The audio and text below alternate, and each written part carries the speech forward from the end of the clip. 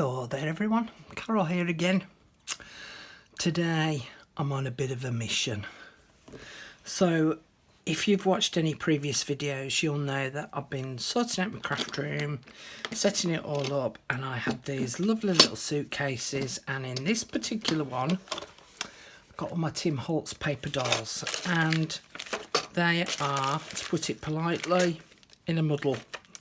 There's another terminology I would have used, but I'm trying to be polite. But they're all in a muddle, and I could keep them in the packaging, but you know what it's like. These cellophane bags, they rip easily and then everything falls out. Yeah, so I came up with a little idea of how I can store these paper dolls. So I'm going to use the memoranda 12x12 paper pad, but what I'm going to use is actually hang on, let me just get to the pages. Yeah, those that are the 6x6 little squares, and I'm going to use those as my pages. And get one out, because I don't really use these, the 6x6 ones, and I just thought it was a waste just having them inside the paper pad and not actually utilising them. And it's Tim Holtz, so you know it goes with my paper dolls. So I'm going to show you what I'm going to do with them. So I've got two cut out here, and I've cut them just across. These were from different paper pads. It's just what I'd got spare in my little folder. So that was, say, the 12x12 sheet, and I've just cut it in half so that I've now got two pieces and then folded them in half. Okay. The other good thing about using these, and in fact let me just do it that way because it'll be easier for you guys to see. Do it that side.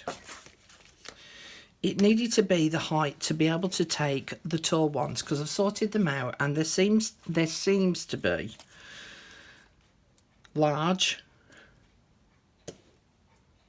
let's say extra large, large, medium and small.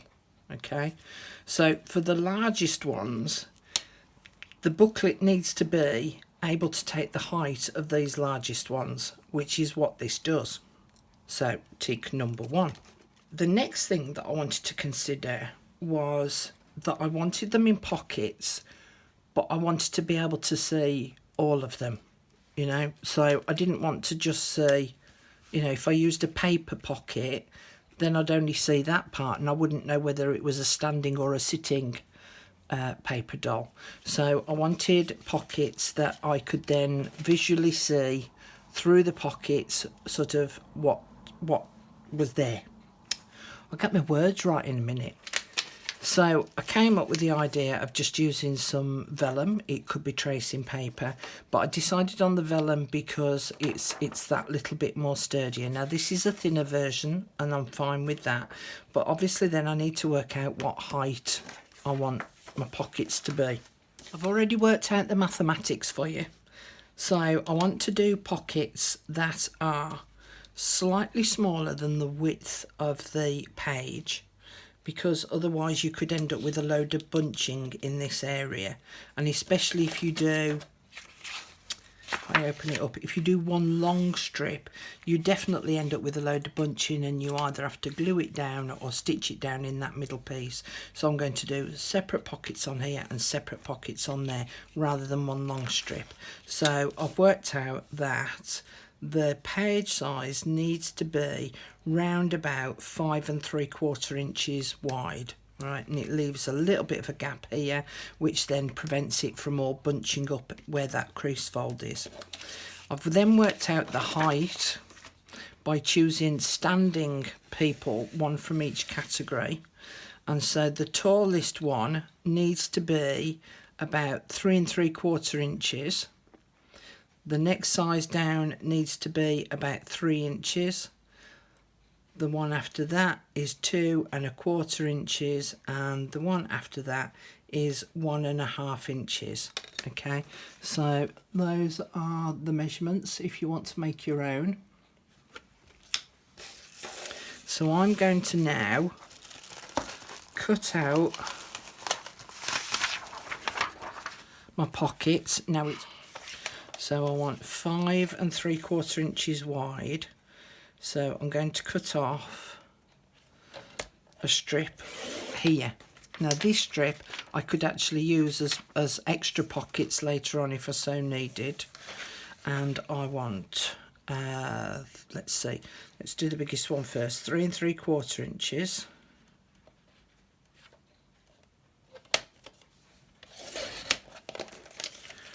Inch.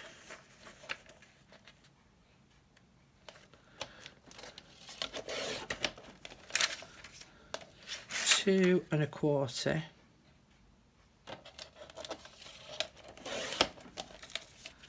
and 1½.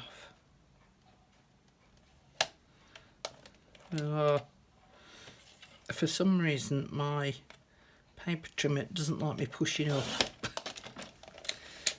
And again, I've got another little strip that if I want to add a little tiny one on the bottom, then I can do.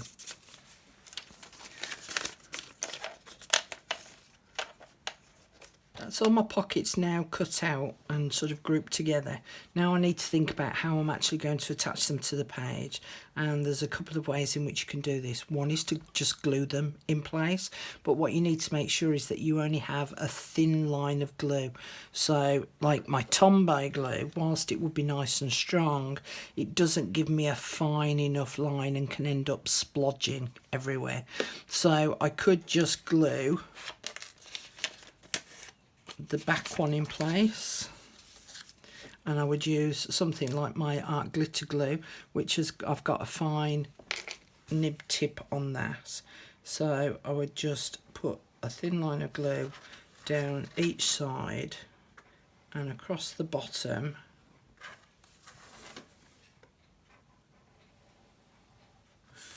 and then glue that one in place.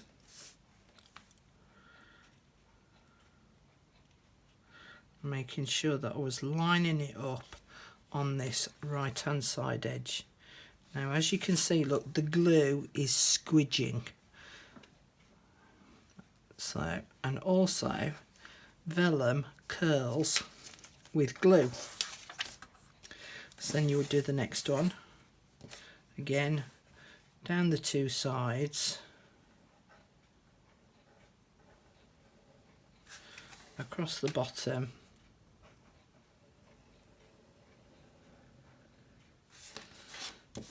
and the other side, and then sit that on top.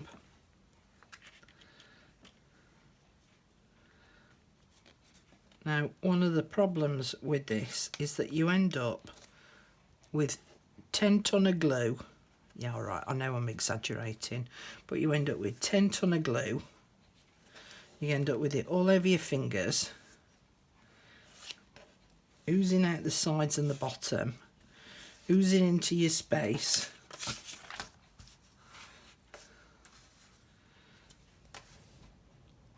So I don't think that I'm going to use this technique to attach all my pockets. But I'll just finish this set off, seeing as I've started.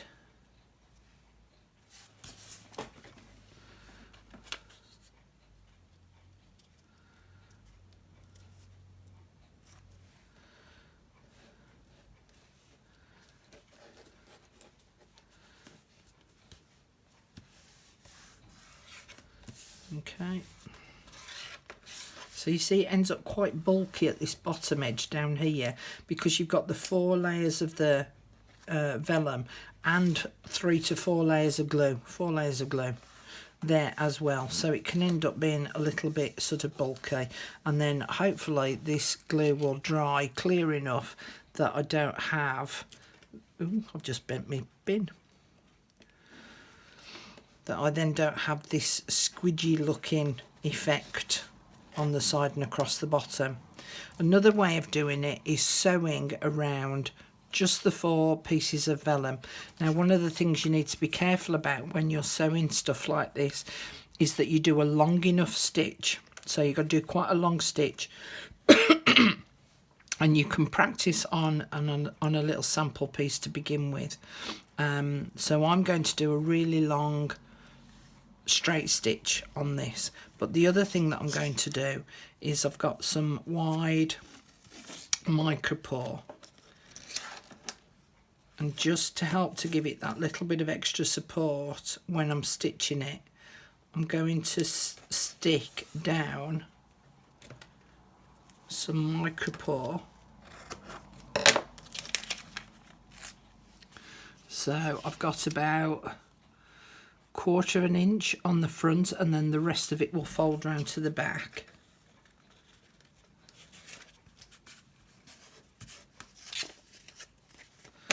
And trim off any excess there. And do the same across the bottom and the other side. So about 1/4 of an inch.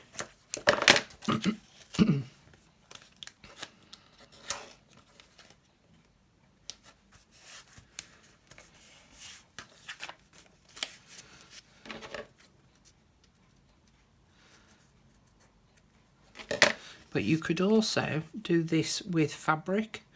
You could add some strips of fabric on there too, and then stitch through. Mind you, on saying this, you know, I might not need to stitch it.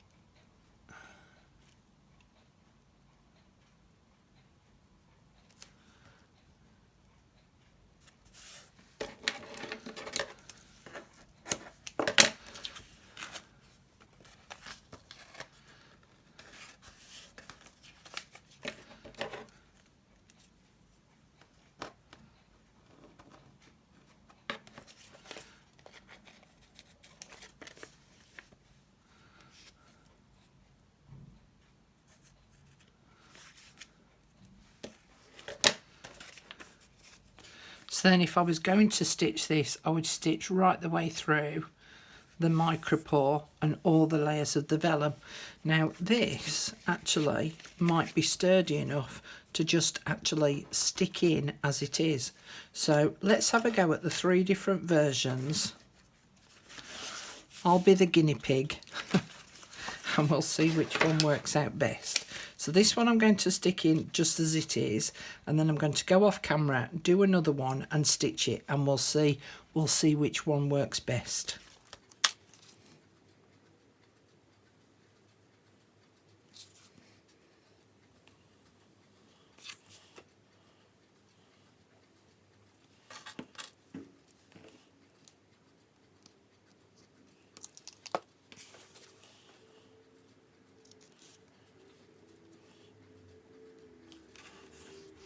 Okay, so here's the 3 different versions. So this one has got the micropore along the edges, and I've stitched it in place. And as you can see, I've got some of the little peoples already in situ. So it means now that if I choose that person, I know that I've got a choice of 2 sizes. If I choose that person, I've got a choice of 3 sizes. Okay. And then on that page, this is the one that is just purely the masking tape and then the micropore and then glued in place. And then this is the one that is just glued in place.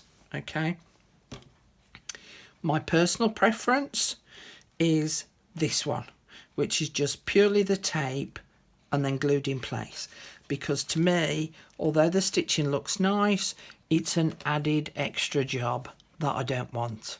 And to think that I would have to do that for each of the pages, no, don't want to do that. With this one, it's nice and neat, and it takes out that extra step of doing the stitching. This one, don't like it because I can see the glue, and it looks messy and tacky. So what I'm actually going to do is I'm going to cut out some strips of the micropore and stick those over the top so that you can't see it.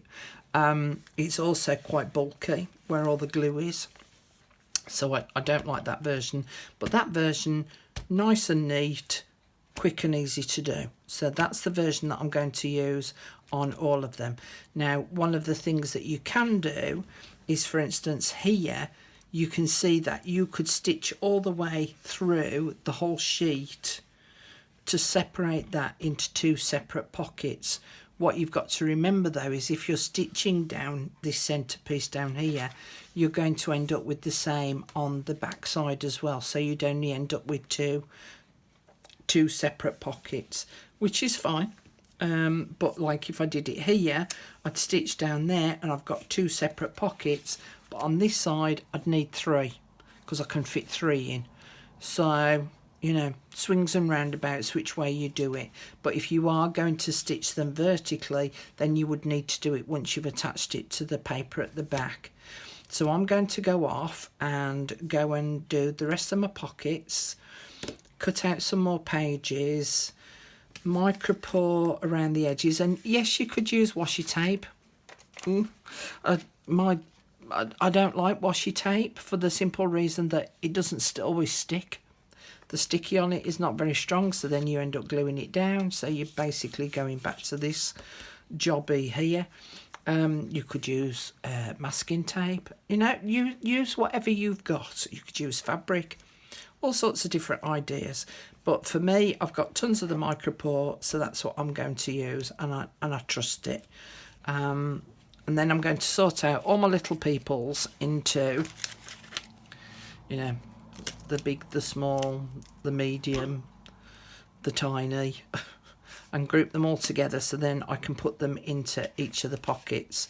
So once I've done all of that, I might come back tomorrow. I'm then going to attach it to a book cover. Okay.